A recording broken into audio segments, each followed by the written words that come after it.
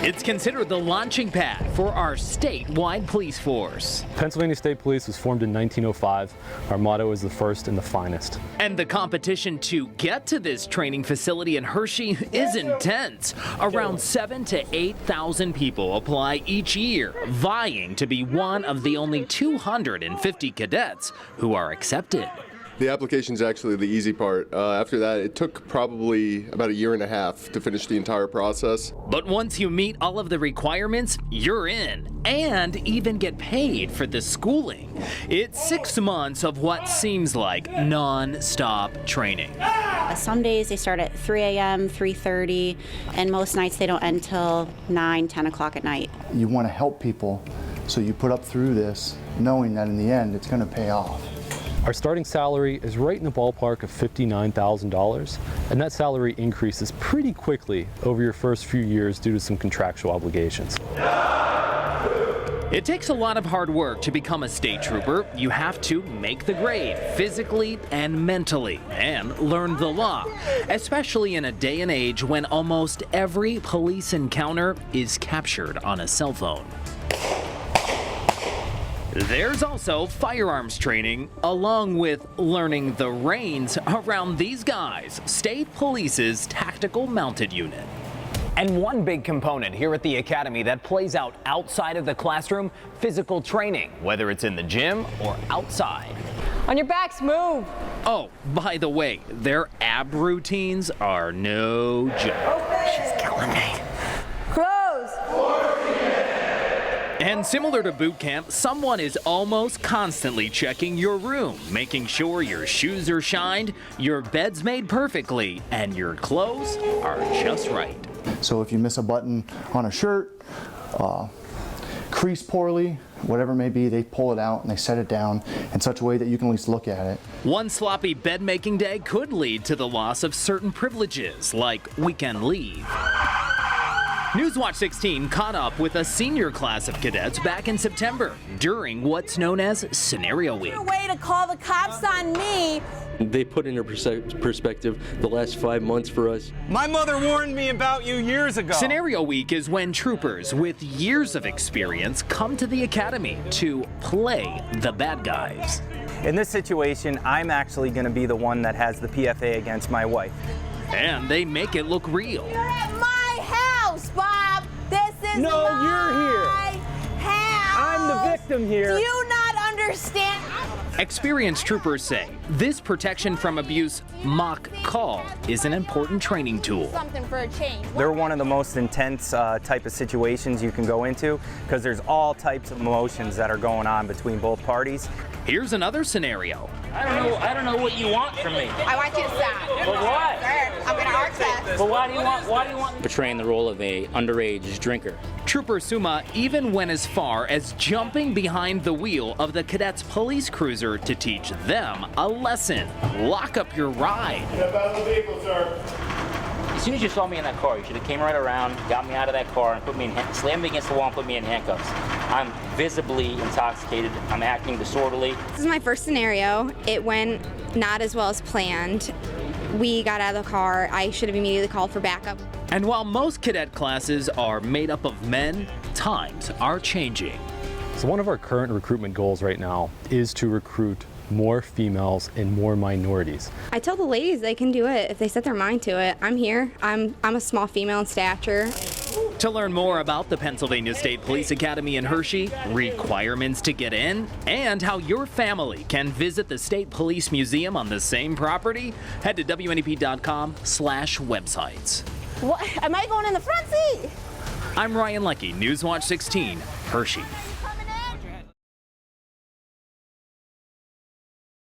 We like to call this Tales from the Toll Booth, so look out. You know what, from the weirdest ways people have paid for their tolls to those regular turnpike travelers who become like long-lost friends. Jane Walsh of Pittston is a toll collector who let us inside her life in the toll lane.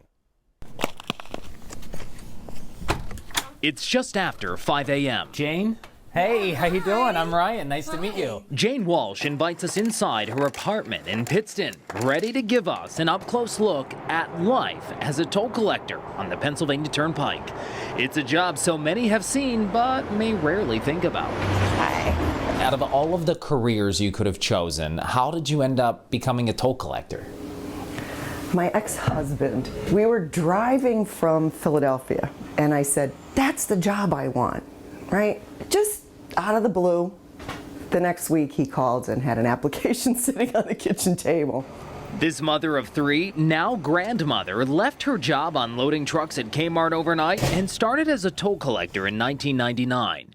At first, Jane worked in toll booths across the state. It's 6 months here and 6 months there. Eventually, Jane ended up in Luzerne County. We tagged along as she headed off to start her day at the Wyoming Valley Toll Plaza in the Pittston area. Good morning. How are you? I'm good. How are you today? Doing good. When somebody comes through your interchange, how long has it taken somebody to get the change out and actually paid you? Do you ever wait there for like 10 minutes and you're like, oh yeah. Tell me about it. Yes, I actually had a girl pull up, get out of her car, open her trunk, take out the spare tire, and start grabbing handfuls of pennies, and paid me in pennies. And then there was the girl that was flashing the midnight guy so she wouldn't have to pay her toll. You know? That's how she got out of paying for it? Well, that's what she was trying to do, but yeah. But technology, including EasyPass and other cashless tolling systems currently being tested, could change the game out here in about 5 years. It could mean fewer toll collectors. Thanks. Have a good day. To give you a sense of just how many drivers utilize EasyPass at this interchange alone, workers with the Turnpike tell us it's around 79%. There are some diehards that no matter what, they don't want to see us lose our jobs, so they refuse to get EasyPass. And those diehards have nicknames. The nurse from Lehigh, the blondie that comes from Wilkes-Barre. There's a warm-up coming. Did you hear that news? If you don't see them, it's like, oh my God, what happened? You're lucky if you run into them someplace. Have a good day. Bye-bye. Standing in a line at Walmart one night, I hear this guy going, "It's the toll lady." And I was like, oh my God. And the toll lady also has talent. Do you have your ticket? So a toll collector by day and at night. Yeah, bar singer. A few tunes she carries with her fiancé Chuck. Carole King, you know, Moms and the Papas. Love it. So it's fun. And when are you going to hang it up?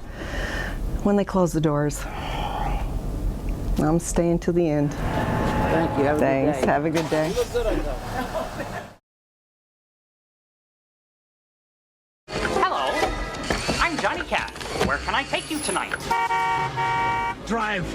Although driverless cars have been cruising along high-tech highways in Hollywood for years, like in the 1990 film Total Recall, Newswatch 16 wanted to find out when all of us could hop into a car in our area that'll drive itself. Well, there's been tremendous progress, and there is a long way to go. The driving environment is incredibly complex, and the cars have a lot to learn. To help us learn more about driverless cars, Newswatch 16 turned to Roger Cohen. He's PennDOT's policy director and co-chair of the Autonomous Vehicle Policy Task Force, aka Pennsylvania's driverless car guru. There's going to be 70 million more Americans in 2045. Those people are going to require transportation, and that's going to test our capacity. Since driverless cars can safely travel closer together, more vehicles can fit on current highways. Humans are responsible for 94% of all crashes. These vehicles promise over the long term to be much, much safer. That could also mean fewer DUIs, better mobility for the elderly and the disabled, as well as fewer tickets written by police. But that could also have a somewhat negative impact on the revenue of our communities. All stuff the state is taking into consideration. So which car company is leading the driverless charge? Tesla has the most aggressive program. But several others, including Audi, are also in the race. It's a wonderful future. Wyoming Valley Audi in Larksville is already selling high-tech rides that are getting closer to being driverless. It's crazy. I can't believe where we're going with it. Audi technical specialist Michael McFadden gave us a ride in an Audi S5. This sports car can read speed limits, detect vehicles in blind spots, and has something called traffic jam assist, basically allowing the car to move on its own in stop and go situations, plus a feature called lane assist. As you see, I don't have my hands on the wheel. Let's bring me back to the left here. And it's not only Audi blazing the self-driving car trail, but also Cadillac. We took this one for a spin to find out what it can do. Meet Mark Vanston with RJ Burney Cadillac in Scranton. We're riding in a 2018 Cadillac CT6. Among its bells and whistles, multiple cameras, including one in the rearview mirror. As for how close this Cadillac is to being driverless, this ride, like some other modern vehicles, can parallel park itself once the person behind the wheel finds the right spot. I control the gas and the brake, and it does the steering. Both cars Newswatch 16 took for a spin start around $60,000 and still require a driver. So how much will a driverless car cost? They're not bargain basement, that's for sure. But we may not have to pay those high sticker prices. Experts predict we'll travel in company-owned vehicles, like a fleet of Uber self-driving cars. So what if future car passengers think of all of this technology? We took that question to Jefferson Elementary Center in Mount Cobb. I think it's just pretty weird. Would you trust a self-driving car? No. Why not? Because nobody's in it steering the wheel. I would rather drive. And the good news is, the state predicts you'll still have that option, but may require those who like to drive to use designated areas, kind of like an HOV lane. All right, Roger, so here we are on a busy road, Music Street in Scranton. How many years from now will I be able to ride in a driverless car and get on Interstate 81? My best guess, 10 to 15 years. So it looks like this could be us in the year 2030. Right here. Thank you for taking Johnny Cab. Thank you. Hope you enjoyed the ride. I'm Ryan Leckey, Newswatch 16. Apple, Facebook, Amazon, those are really just some of the well-known names listed on the Nasdaq stock market. And lately, more companies from our area are getting their shot at global attention. It's a place where billions of dollars quickly come and go. Welcome to Nasdaq Market Site in New York's Times Square. Founded in 1971 as the world's first electronic trading platform. We're actually trying to rebrand the way folks think about Nasdaq from an exchange to a financial technology company to really just a technology company. While others, including the New York Stock Exchange, are still thriving, Nasdaq is often associated with tech companies such as Amazon and Google. And now, more financial institutions from our area are joining them. Among them, Fidelity and FNCB Banks, two companies based in Dunmore. We have a great number here at Nasdaq that 92% of job growth actually occurs when a company goes public, giving investors a way to share in the profits. For an individual person in Dunmore or Scranton, Pennsylvania, that's actually a customer of FNCB, they can also be an owner of FNCB by being a shareholder. Speaking of FNCB Bank, the crew from Lackawanna County had the rare opportunity to ring the Nasdaq stock market closing bell back in October. Newswatch 16 was right there with them as they made TV magic, showing up on 4 television networks and all over Times Square. What a production. It is down to every second, every minute. It is so detail-oriented. It was great. I think it's a big boost for FNCB Bank. I think it's a big boost for all of the banks in our community. Some other fun facts about the Nasdaq market site here in Times Square. It is the home of 2 television studios and about 110 live TV broadcasts 5 days a week, all to keep people up to date on what's happening in the global financial markets. Nasdaq actually runs about 80 of the stock exchanges around the world. So, for example, the Borsa Istanbul, the Tel Aviv Stock Exchange, those exchanges are all actually run on Nasdaq technology. Okay, so be honest. Okay. Do you have to be really good at math to work here? It's quite an experience. And although it's rare on a weekday, both the New York Stock Exchange and Nasdaq will be closed tomorrow in honor of former President George H.W. Bush, who died Friday night. By the way, if you'd like to learn more about the requirements to be listed on Nasdaq, if you work for a company or own a company, more history on the place, or FNCB Bank in Dunmore, we have more details at WNEP.com/websites. And also there, a behind-the-scenes video clip of what it looks like when they're making that TV magic all happen. Okay, did you get any inside information behind the scenes there? You know what? I know a lot of people were thinking about that, and I did make a casual like, hey, do you have any tips on what stocks are going up? And they're like, insider trading is no Can't joke. do that. Like, I was like, whoa. Put the cuffs on Leckey. Yeah, they don't play. They don't joke about that kind of stuff. Here with tips on how to get rid of those robocalls. Yeah, and then you run to the phone, like people like you, and you're like, oh, I don't want to answer that, right? Yeah, whether it is someone trying to sell you something or steal your identity, billions of robocalls, yes, that's billions with a B, happen every year, even though many of us are on the big do not call list. But guess what? Most spammers and scammers, they rarely pay attention to that list. And if you are fed up like so many of us, there's a lot more that you can do than just hang up. How many times has this happened to you? Hello?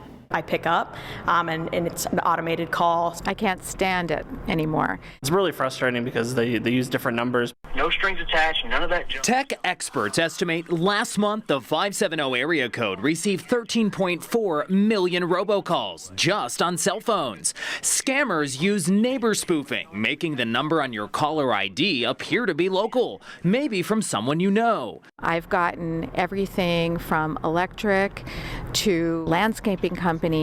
And it's not just our cell phones seeing a spike in calls, but also landlines. Marge Pappas of Troop has been logging her landline spam calls since the new year. The average calls per day can range anywhere from 4 to 6. Somebody was trying to sell me health insurance. And with the average American receiving 23 telemarketing calls each month, what can we do to make it stop? Newswatch 16 contacted several popular providers: Verizon, AT&T, Sprint, and Comcast. Coming this month, Verizon Wireless told us it's expanding its current call filter blocking system, rolling out a free spam alerting and call blocking tool that customers can sign up for. Sprint, like many providers, is working on new technology that would help customers know if the number on their caller ID is real. Every phone would have kind of a digital signature attached to it. While most robo-blocking technology is free to customers, be sure to double check with your provider. We have more on that on our website. I wish more could be done. Other options include the state and federal do not call list. Although there are threats of fines to those who violate the list, most scammers don't care.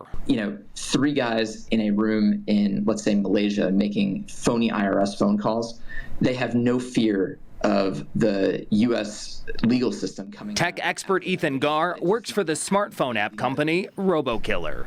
Robokiller is an app for your mobile phone that blocks these annoying telemarketing and robocalls from ever reaching your phone. Robokiller got into the fight after winning a contest sponsored by the Federal Trade Commission. The app's tech team provides consumers a way to fight back at scammers. When Robokiller detects a scammer, your phone never rings. The app picks up the call. The caller hears long, drawn-out recordings that range from celebrity impersonators to random people speaking nonsense. I'm just a little shook up. I actually had an alien encounter this morning. That's time that they can't use to scam you out of your money, or they can't call someone else and scam them out of their money. If an app can do that, I would probably purchase that. Robokiller costs $3.99 a month and is only available on smartphones. But regardless which route you choose to hang up on those robocalls for good, remember this. There's no reason to give out your personal information, your social security number, any financial information over the phone at any time. You can always ask somebody to put it in writing. And by the way, there are other smartphone apps out there that claim to block robocalls for different fees.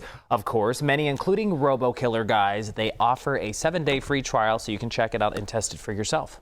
Now, what if they block a call that you want to get? How do they know? Yeah, that's a great question. So Robokiller honors your contacts. It doesn't download them, but it goes into a file. So if for some reason maybe it blocked a call you needed, you can allow that call to come through, or you can punch in numbers that you want to make sure come through so you don't miss it. So I've had it for 4 weeks, and so far I really haven't missed any calls I was supposed to get. Nice. I'm still hearing from you guys. Yeah, that's right. There you go. You can he hasn't block blocked us yet.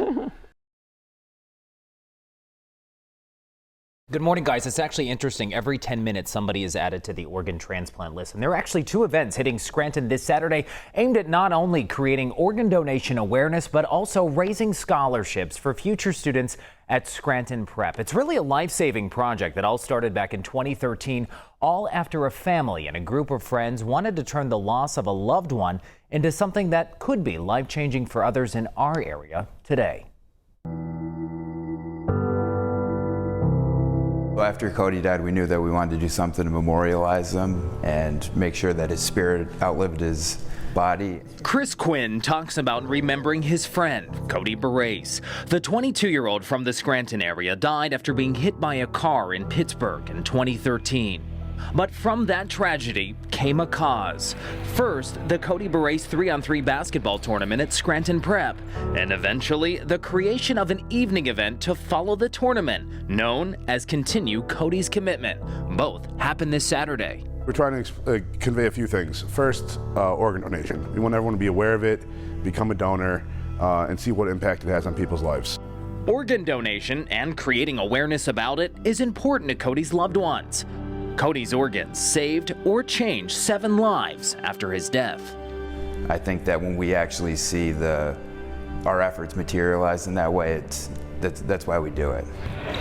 Those efforts over the past several years provided scholarship funds so students, including Kalia Lidity, could attend Scranton Prep for 4 years at no cost. This scholarship opened the door for so many experiences that I wouldn't have gotten at another school. And probably the biggest impact this nonprofit is making in our area is on families in Lackawanna County, including the Dombrowskis of Carbondale. Steve underwent a successful liver transplant this past April at Geisinger Medical Center near Danville. The Cody Barrace Memorial Foundation stepped in to help the family cover various bills. The whole thing was just so moving. And to have that happen was excellent. And during our interviews recently at Scranton Prep, we made sure the Dombrowskis had their chance to meet the people behind the foundation that stepped in during one of their toughest times. I should probably hug you. Pam describes her husband's organ transplant as eye-opening, something that inspired her to encourage others to list organ donor on their driver's license. We don't need to bury our parts. They can help someone. To learn more about becoming an organ donor and how to be a part of this Saturday's basketball tournament or evening event in Scranton, head to WNEP.com/websites. And it's just so relieving to know that we're making a difference in people's lives. It's a way that my brother can be remembered forever. And the big thing we want to stress about both of the events that we mentioned happening this Saturday in Scranton is really they're offering experts to create awareness about organ donations and really provide information and answer a lot of questions. You know, one of the biggest misconceptions that the family, the Barrace family, who has organized this event for a number of years, said that a lot of people think if you automatically have organ donor listed on your driver's license, heaven forbid if you're in the hospital and you're unconscious, they just think medical people just give up on you. That's not the case. There's a huge list of protocols that hospitals go through before any of that would ever go to the next step. And this is what this event is about, really just providing the information as we did on our website as well, so that you can make it really an informed decision to see what you want to do. And it's so easy to become a donor. Right. You should do it. Okay, thanks. We kicked off our charity campaign. We never imagined that some of that cutting-edge, life-changing rehabilitation technology that you helped make happen would be used to save the life of one of our own, a member of the WNEP family. How are you? So good to see you again. This has been months in the making. Oh my gosh. And I'm so excited. You may not recognize her, but Julie Melf's personality has lit up our Newswatch 16 newsroom for years. Julie is one of us here at WNEP, a vital behind-the-scenes player at the news station, who occasionally appeared on camera in a few taste test segments. Julie actually works on our news assignment desk, helping out with everything from scheduling, talking with viewers on the phone, and dispatching our news crews. But this past May, everything changed, and that contagious smile disappeared from our newsroom. Can you loosen the sides over there, Selena? Thank you. At 35 years old, Julie developed a problem with her mechanical heart valve. Unfortunately, I just didn't take Coumadin like you should have done every day. So because of that, a blood clot formed on the mechanical valve, and that's what caused the stroke. A massive stroke that hit right before Memorial Day. I started to feel a little lightheaded, a little dizziness, and then I guess I slumped down. Julie ended up having brain surgery, and at one point, things were touch and go, and she received her last rites. But like the strong, smart, and positive person we all came to know at WNEP TV, Julie was determined to beat the odds. I couldn't move my leg at all. I couldn't move my arm at all. Okay. Can you try standing without even using this hand? To help regain the use of her left side, Julie spent months living at Allied Services Hines Rehab Hospital near Wilkes-Barre. It was almost surreal, being personally helped by the same WNEP TV Ryan's Run program she supported at work. But then to actually experience it, as I'm going through it, was just unreal. A lot of people aren't able to walk right after a stroke, so getting them, into those different types of technology, trying to get them to move really helps more. Technology made possible by your donations to Ryan's Run over the years. And thanks to the Rio that you guys actually got through Ryan's Run, I hadn't moved at a single of my arm. And then within doing that, within less than not even a day, I was able to start lifting my arm on my own for the first time. And then we'll go back and then you're done. And we need you to keep your therapy going because we need you back at work. Yep. You just want me to work Christmas for you. True. I honestly can't wait to go back to work. I miss it so much. The station, everyone there has been more like family. We're getting there. I'll take a nod. I'll take a nod. While Julie's journey in therapy is far from over, she's learned many life-changing lessons. My advice is to just anybody going through it, just to make sure you listen to your doctors. If they tell you to take Coumadin to help you, do it. And more than anything, appreciate even the smallest daily moments. 0.11. Woohoo, almost a marathon. Even if your toughest day at work, and you're like, oh, this day was tough. But then when you think about, wow, I needed help to, put toothpaste on and things like that, you just realize how much you took things for granted. And our charity team, not the only ones in the house at Motor World Toyota, one of our 9 corporate sponsors, but Julie is here with us as well. So we also wanted to give Fred, her boyfriend, a shout out because of Fred, as well as Julie's family, her mom. They have taken such great care of you, making sure you get to your therapy appointments. And we are so thrilled with the progress you're making. Yeah, thank you guys all so much. And I can't wait to come back to work. So. Love it. Love it. Yeah, you got to work Christmas for me, right? Yeah. Hey, before we go, something I wanted to give to you this morning. So with the marathon, all these runners could attest to it. When we're out there, we face our own struggles on the course. And sometimes you have to think, how am I going to keep going? How am I going to persevere? And when you look at this medal, we want you to think of the journey we had. So you keep your journey and continue your therapy to get better so we can get you back at work, okay?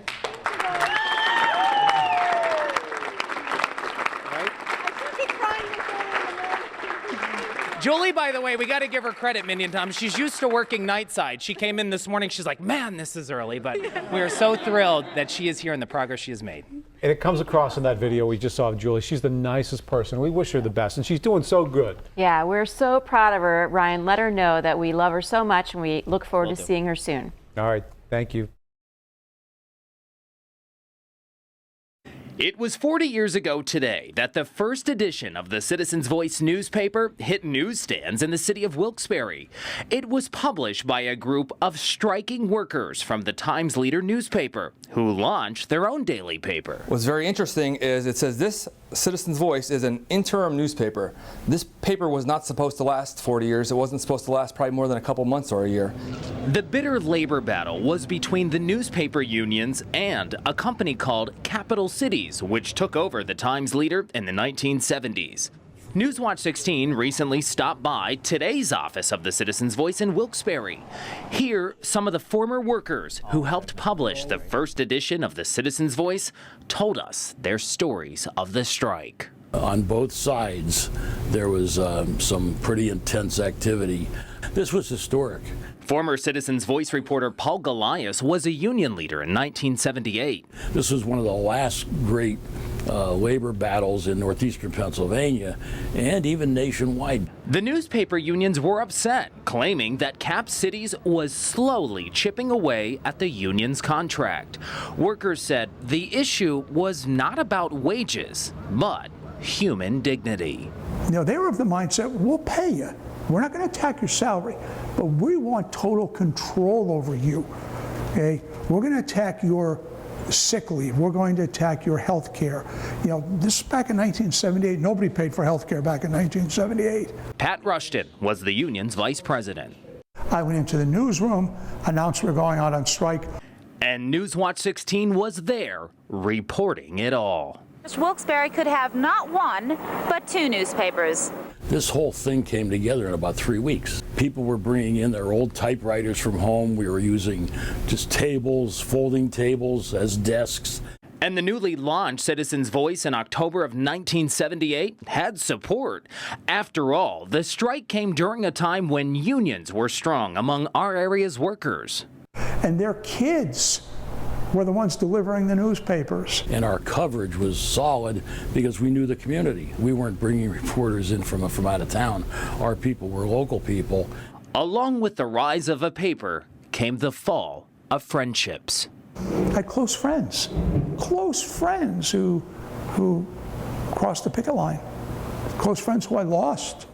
Something that's faded, the once strong animosity between the Times leader and the Citizens Voice. Nowadays, I think all of us in media kind of like work together and it's a little more civil than it used to be. It amazes me that Wilkes-Barre supports two newspapers. Newswatch 16 did reach out to the Times leader, but the people at that paper did not want to comment on today's historic anniversary. Did I ever think 40 years later we'd be talking about this? No. Now, I haven't worked here since 1981, okay? I have friends of mine till this day will say to me, your newspaper, I saw something in your newspaper. How's that feel? Makes me proud that I had a part in building this newspaper from the very beginning. I'm Ryan Leckey, Newswatch 16, Luzerne County.